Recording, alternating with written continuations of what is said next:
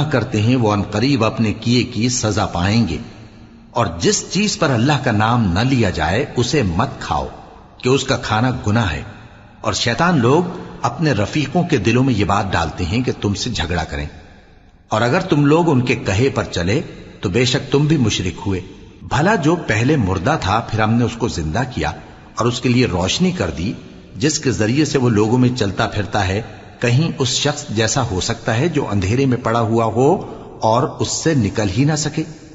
इसी तरह काफिर जो अमल कर रहे हैं वो उन्हें अच्छे मालूम होते हैं।